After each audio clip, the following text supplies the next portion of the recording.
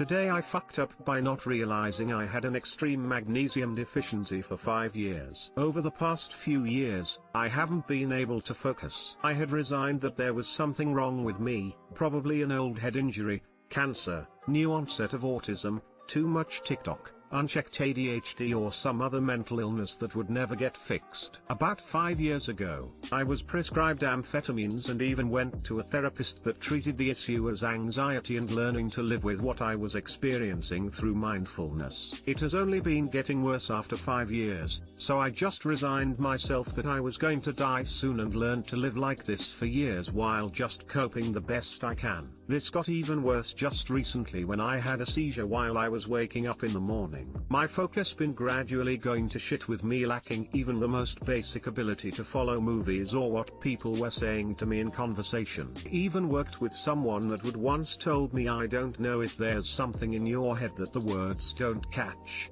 But she was right. I couldn't even follow the most basic ability to listen to others or read paragraphs from a page while retaining the main idea. The other day, during my morning coffee routine, I decided to take a magnesium citrate vitamin that I found in the medicine cabinet just for fun since it mentioned nervous system support on the bottle. I cannot begin to tell you the fucking believable difference that happened in under 6 hours. It felt like someone rewired my brain into functioning again. 5 years of brain fog is nearly completely gone. I can follow conversations and follow what is being written down like I did 5 years ago. I did the same thing again today and I feel mentally healthier than I've been in over half a decade. I have a new outlook on life just because I curiously rummaged through the pill cabinet. Too long didn't read, resigned myself to dying young, but then I fixed 5 years worth of worsening focus with a magnesium citrate vitamin. Edit, please consult a doctor first if you think you are going through something similar. There are many possible reasons for poor focus. Also, magnesium overdosing is a thing, so don't rush to the drugstore to down a bottle. Edit 2, here is what I swallowed for anyone wondering. And the front page, hi mom.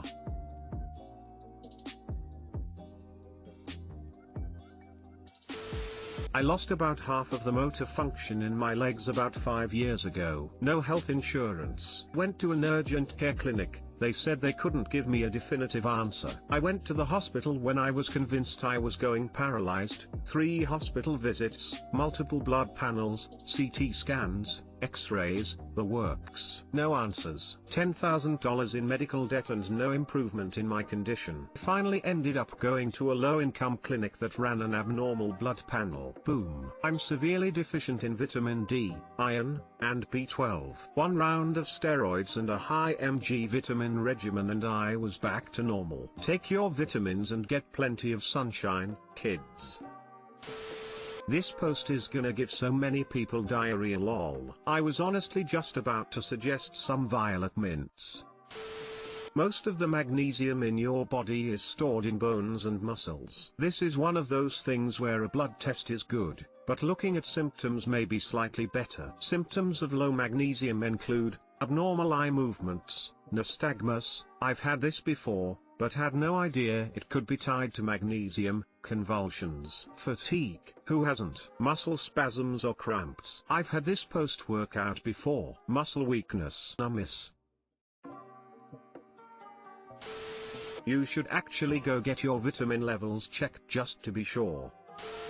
Today I fucked up by giving myself dandruff for 15 years. When I was a kid, I would shower and immediately go to bed without drying my hair. I also had dandruff issues since I could remember. Having an itchy scalp and the occasional teasing from kids was a mild annoyance, so I never sought a remedy. As an adult, I started using selenium sulfide shampoos that immediately cured my dandruff. It became my daily shampoo for the next 15 years. Somewhere along the line, I also started showering earlier so my hair would dry to avoid bedhead. One day my barber mentioned my hair smelled like sulfur as if I was using too much dandruff shampoo. She said I don't need daily treatments with that stuff. So I stopped to see how long it takes for the dandruff to come back so I could make a schedule. It never did. One random day some years later I suddenly had dandruff. It was at this moment that I finally thought about why I had dandruff. Why now after all these years? I always assumed it was genetic.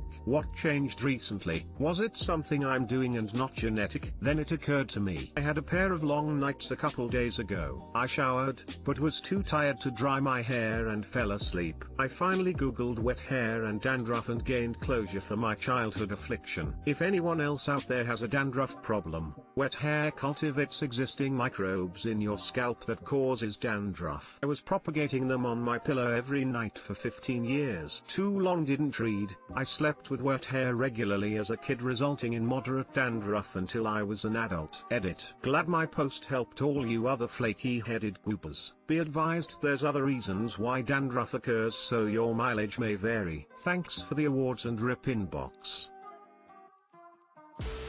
OMG, thanks. I always wondered why that was such an issue with me. I couldn't figure it out for the longest time, but this might probably be it. I went 29 years of my life without knowing why the fuck I can't get rid of the dandruff no matter what I tried. I always slept with wet hair. This post saved me.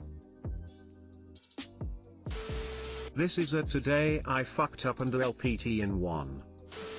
Holy hell till. I had horribly dandruff as a kid and teen and early 20s, and now looking back I did go to bed with wet hair. I only stopped because I had long hair and got tired of it sticking to everything cause it was wet. TFW when you have wet hair lying in bed for bedtime reading this. As a guy who dries his hair thoroughly after shower, just the act of thinking of sleeping on a wet pillow makes me uncomfortable. I had to scroll so far to find someone who feels the same as me. It's so gross, and I've been told it's not good for you. I suppose this post just confirms that. I work for a dermatologist, and it is true that wet hair can cause dandruff, what we call seborrheic dermatitis. It's caused by an excess amount of yeast on our scalp from moisture. We all have yeast on our scalp, but this is an overproduction. It can also cause skin-colored bumps on your forehead, pityrosporum folliculitis, that people like to confuse for acne bumps. You can control this by blow-drying your hair to reduce the overproduction of yeast and to wash with Head and Shoulders shampoo. Recommend just shampoo, not the 2-in-1 with conditioner. Let sit in hair for 6 to 8 minutes, then rinse off. You can do this every other day for maintenance. Hope this helps. Smile. Disclaimer, I am not a medical physician, and am only providing advice per experience working as a medical assistant at a dermatologist. Oh my gosh, my 12-year-old twins both have moderate dandruff, and they both shower immediately before bed. No more. Thank you for this information.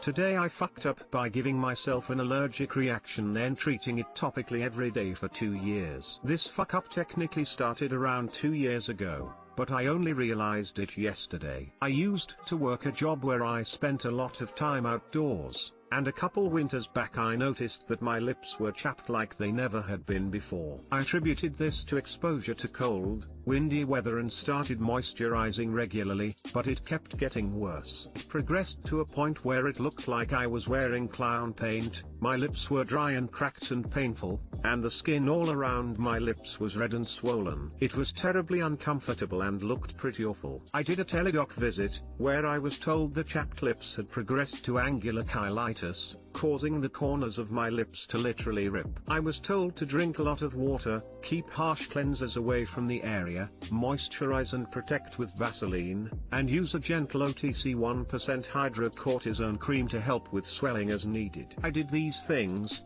and the condition improved. Yay. But when I discontinued the hydrocortisone because everything was looking fairly normal, a few days later I had clown lips again. I assumed I didn't use it for long enough. I wasn't done healing yet, and started up again. After a while this became part of my morning routine: wash face, apply hydrocortisone and Vaseline, then concealer to cover the residual redness. The only time it truly seemed fully healed was during a 2-week vacation in May 2019, but symptoms returned when I came back home. Fast forward to last week. I'm getting married this May, and although it will be a private elopement with just my fiancé, I'd like to look my very best. All of a sudden this condition started to bother me again, so I decided to discontinue the hydrocortisone. Surely it had cleared up by now. Nope. A week later my lips are ripping and my skin is dry, red, and swollen. WTH? Have I developed eczema, psoriasis, skin cancer? Is this just part of my face now?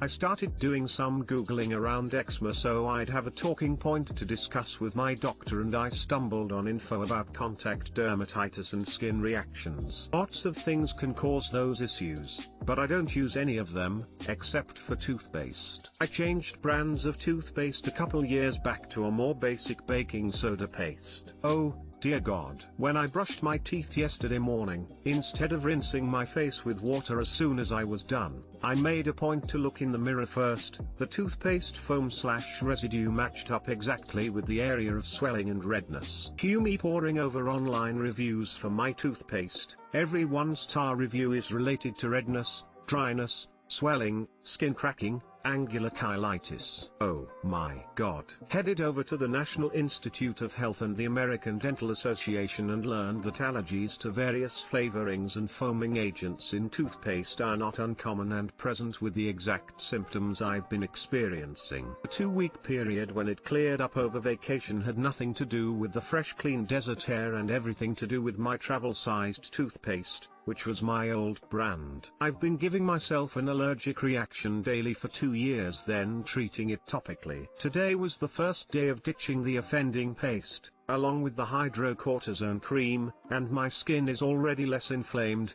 but I feel like an absolute moron. Can't believe all of the discomfort, stress, and self-consciousness I've experienced over the past 2 years was self-inflicted and entirely avoidable. Wish me luck. And also my fiancé, who is apparently marrying an idiot. Too long didn't read, I switched toothpaste brands and had an allergic skin reaction. Instead of putting 2 and 2 together, I've spent the last 2 years repeating my FU every day, treating the symptoms with topical medication, and fearing that I had developed a serious medical condition. Edit, I'm sorry I'm not able to answer everyone's questions, there are significantly more than I expected. But hey, thank you all for sharing your stories. It makes me feel better to know that I'm not alone and that allergens are just a bitch. B. The toothpaste that caused the reaction is Arm & Hammer Advance White, and the reason I didn't put it on blast is that I don't think it's a bad product. I just had a bad reaction to an ingredient in it, which could happen with nearly any product, as the comment section proves. C. The toothpaste I'm trying now is called Hello Naturally Whitening. It doesn't have any of the major potential allergens, SLS, artificial flavoring, baking soda, etc., since I don't know exactly what I reacted to. D. The reason I didn't go back to the doctor or to an allergen specialist is that I live in the US with a high deductible health insurance plan, and honestly it wasn't causing too much trouble, as long as I kept using the hydrocortisone. Yes, I'm an idiot. E. I am aware that I fucked up again by using hydrocortisone daily for so long, but I thought my original post was convoluted enough without opening that can of worms too, so I kept it to myself. As an ultra-sensitive skin person, I hear you. But be happy. Situation resolved. Knock on wood. I am so relieved. I just feel like a dum-dum for not figuring it out ages ago. Reading this I was 100% sure it was the Vaseline, haha. But I don't think you're dumb for not figuring it out earlier. I think most people don't even think that a toothpaste allergy could be a thing. It had never even occurred to me that people could be allergic to toothpaste. After reading about it more, I consider myself very lucky. A bunch of people have apparently ended up in the ER with full-on anaphylaxis because of toothpaste.